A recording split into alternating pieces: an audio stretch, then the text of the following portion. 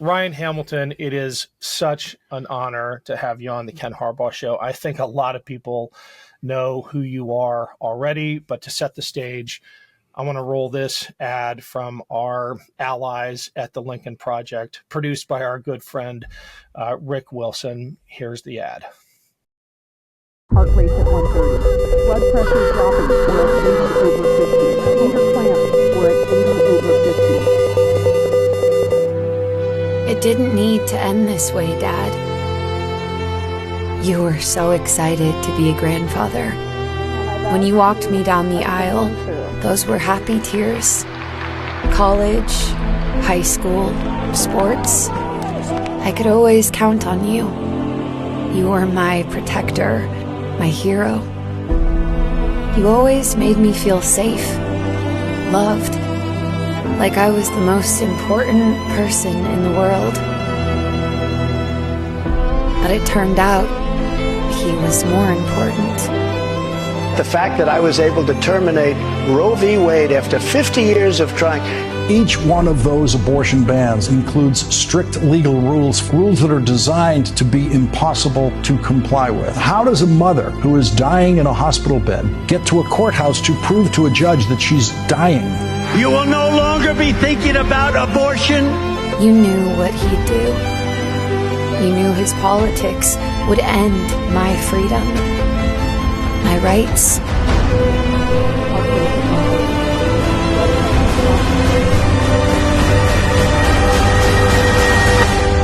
My life.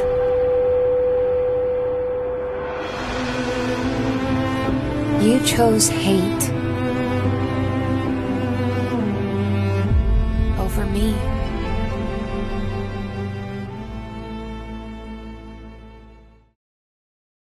Ryan, I want to give you the backstory on why I didn't interview you when we played your episode on the Ken Harbaugh Show. Anne-Marie and I lost a baby over a decade ago, and I wasn't sure I could get through that interview. I mean, even Rick, who guest hosted that episode, had a tough time. But my feeling in the home stretch of this election is, if you've got the guts to be out there every day talking about why this issue is so important, I can at least muster the courage to listen, to have this conversation with you. That is a long way of saying thank you for inspiring so many of us, especially the men out there who have women in their lives that they care about, that they want to stand up for and protect. I got to get to a question here, so I'll just ask, how do you react to that unbelievable, powerful video from Rick and the Lincoln Project? First of all, thank you. It's such an interesting thing to be thanked for what I'm doing and what we're going through. It feels weird for someone to say thank you, but I understand that it comes from a good place, and I still haven't figured out how to respond, because your welcome doesn't quite cut it. So, I mean, thank you. I haven't found the right way to express what that means for somebody to thank me for what I'm trying to do. And I'm just trying to do what I thought any dad or husband would do. In that ad, I mean, if you're a girl dad, it's hard. It's hard to watch, but it should be hard to watch. And if a father can watch that and it not have an effect on them, I think they need to take a moment and just go have some time. Just look in the mirror and wonder, okay, am I voting for the right reasons? Am I doing what I'm supposed to do as a father to protect my daughter? If somebody can watch that ad, which was understandably difficult for me to watch, and not have a real response, I think they need to question some pretty important things. Yeah. Because of what you went through, almost losing your wife because of Texas's draconian anti-abortion laws, people are listening to you. I know you get a ton of hate, and that has got to be the worst part of it. But I suspect there are, broadly speaking, apart from the haters, two different kinds of reactions. There are those who don't believe what's going on, and they might be persuadable. And then there are those who think that this is a fair price to pay for a world in which abortion is impossible to get to. I don't know how to talk to those folks, because that's a kind of religious zealotry that logical argument can't break through. Have you encountered these different attitudes towards your message, and how do you pick and choose who you try to win over? Great question. And absolutely, I have encountered the worst to the best. Yeah. And there's a lot of hate out there, but I don't try and pick and choose at all. I just try and stay consistent. And that's the thing about telling the truth about a terrible thing that happened. One, it's very easy to prove. And two, you don't really have to change your story or try and tell it a different way. I've found that, since I started doing this, not knowing it was going to become what it's become, just getting out there and being honest and not taking any shit at the same time. And that to me is the most important thing, just to get out there and go, here's our story. This is how it happened. This is reality. This is not political propaganda. This is a real thing, and we're not the only ones. Just yesterday, I was on Sirius XM and was part of the, I always say this wrong because I'm from Texas and we say some words funny. Smirconish or Smirconish? Yeah. Smirconish. I was on that program. My friend Tara Sedmeyer from the Seneca Project was guest hosting, and we had a conversation for about 20 minutes at the end of the show, just kind of recounting my story, and she thought it was important to have me on. A caller called in after I was done, a pro-life Catholic, and the guy's name was Brian, and Brian said that he had clarity and that he had a change of heart after hearing my story. To hear a pro-life Catholic man hear my story and our story, my family's story, and go, hold on a second, this is different than I thought. It's not that black and white. Abortion is not just for women who have elective abortions, which is what the pro-life right, they love to just focus on that.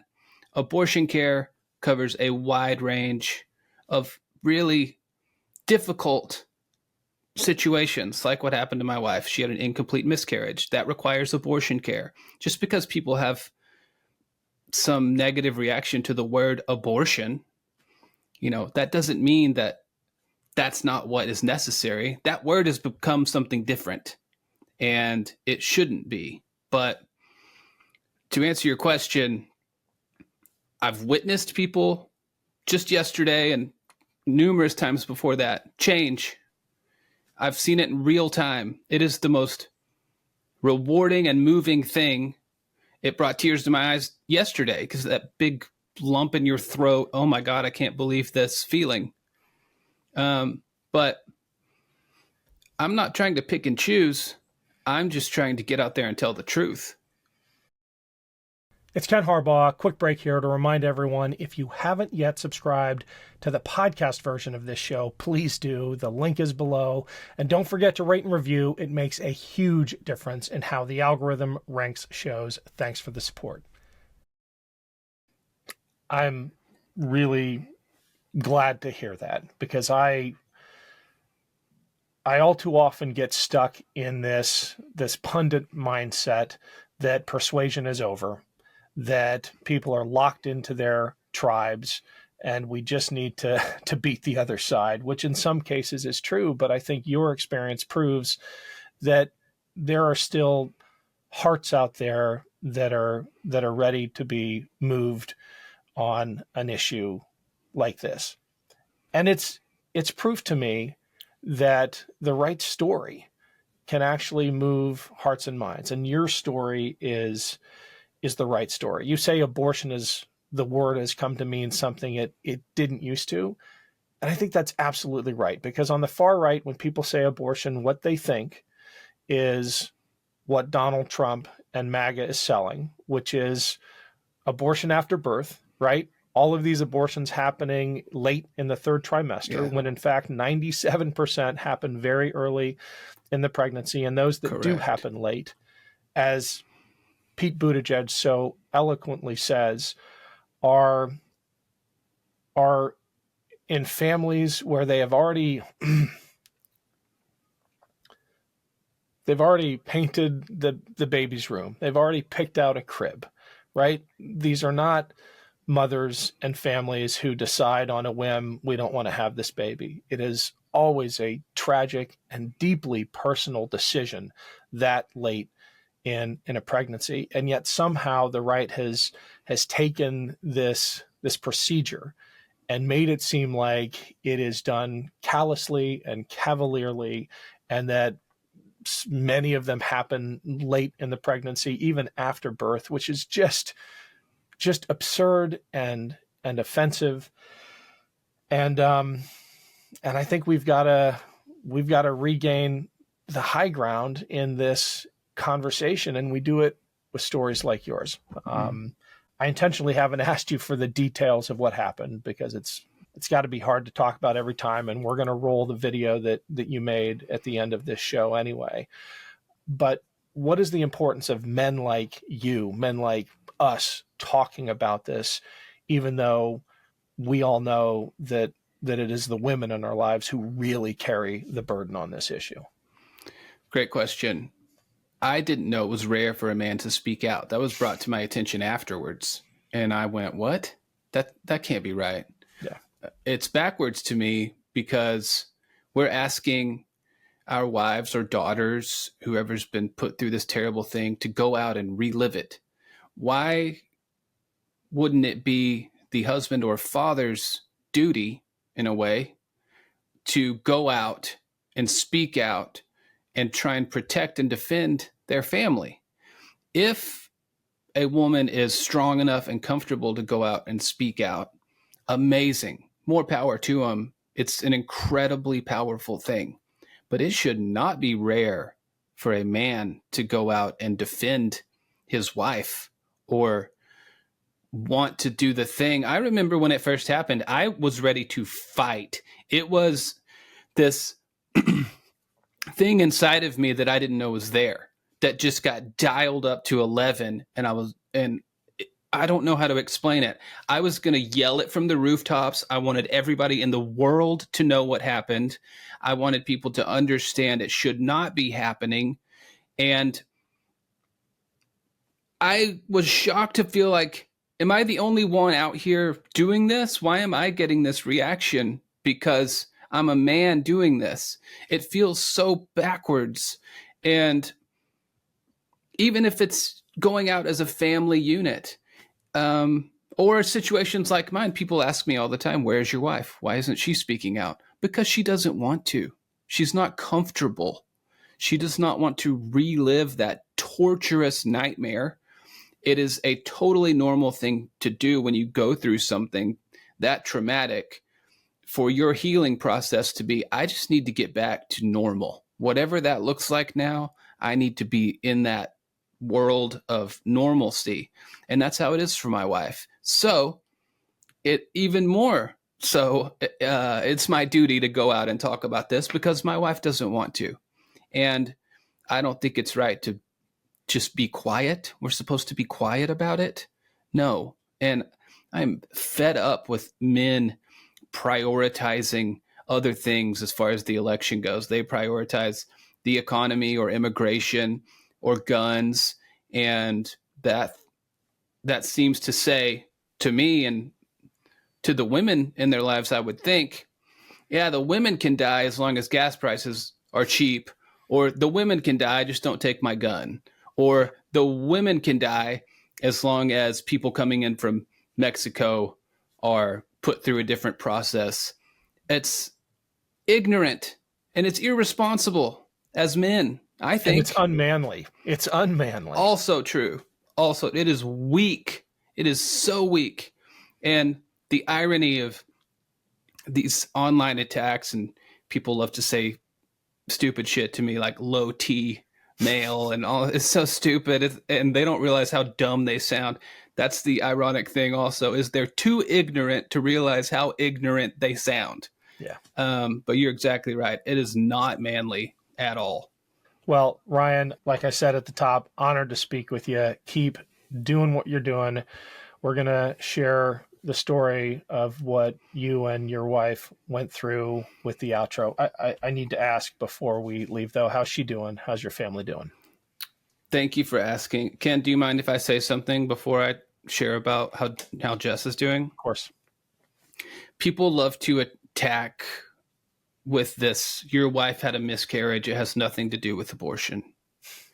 And I think that it is so important for people to understand that when a woman goes in and needs a procedure called a D&C, which is the procedure my wife needed to complete an incomplete miscarriage, it is the exact same procedure as an abortion. It is identical. It is not different. There is not a different procedure for an incomplete miscarriage.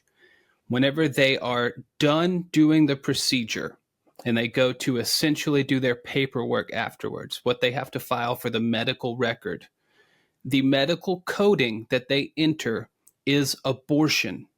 There is not a different medical coding for a D&C for an incomplete miscarriage. So in places like Texas, when it's against the law to perform an abortion at a certain point, the doctors essentially have to break the law in their paperwork afterwards. So people go, your wife had an incomplete miscarriage. Any doctor would have done that. It's not against the law. The law is clear. This is where they're wrong, because when the doctor is done, no matter what, they are leaving a paper trail. And essentially what the medical coding and the paperwork says is abortion and a 13-week-old fetus, right? Excuse me, fetus. That is where it gets tricky. And then they have admitted to a crime where they face life in prison. And it is so important to me that people understand that is why my wife didn't get the care that she needed, because a doctor has to write down that they broke the law afterwards. And I just feel like it's so important to mention that. So thank you for letting me do that. My wife is doing much better physically. I think people can understand this is something we will carry for the rest of our lives. It is a forever thing. I know you know, and I'm so sorry that you and your family went through something similar. It's a forever thing. It's awful what happened to her and our family. It's the rest of our lives. Yeah. Well, thank you, Ryan, for doing what we're doing. Keep speaking out. Here is Ryan Hamilton and his wife's story. These are the steps I took through our bedroom into the bathroom, where I discovered my wife, unconscious, cold, and lifeless in a pool of her own blood. She bled for 4 days after being denied the care she needed because of the Texas abortion ban. Since going public with our story, we've been attacked relentlessly. Liar, political propaganda. If that really happened, name the hospitals. This is SurePoint Emergency Center in Stephenville, Texas. On Thursday, May 16th at 8 p.m., we learned our baby no longer had a heartbeat. My wife had an incomplete miscarriage. She was sent home with a prescription for misoprostol. It went very wrong. So we returned Saturday, May 18th, where the doctor said, considering the current stance, I'm not going to prescribe you any more medicine without providing any other option. My wife stood right here in this parking lot, bleeding, scared to death, with the child we lost inside of her. We drove to another hospital an hour away in Granbury, Texas. This is Lake Granbury Medical Center. On Saturday, May 18th, they started all over. A new scan, more poking and prodding, only to confirm what we already knew. Our baby had no heartbeat. We asked for a DNC, the procedure she desperately needed. They kept her here for hours, bleeding in excruciating pain, only to tell us it was not enough of an emergency to perform a DNC. She didn't meet the life of the mother exception. She wasn't close enough to dead yet. They sent us back home. Then on Sunday, May 19th, her body gave out, and I found her here. I really thought I lost her. This is Texas Harris Methodist Hospital in Stephenville, Texas, where on Sunday, May 19th, I brought my wife's unconscious body for life-saving care. This is the only place they didn't hesitate to help her because she was finally close enough to dead. Losing a child is a different kind of heartbreak. It's impossible to explain. We didn't get to celebrate a new birth or take newborn photos. Instead, we will carry the trauma of this torturous experience for the rest of our lives, especially my wife. The only image we have of the child we lost is this, when they discovered our baby's heart was no longer beating. This should have been the worst of it. This was only the beginning of our nightmare. And we're not the only ones. The women we love deserve better.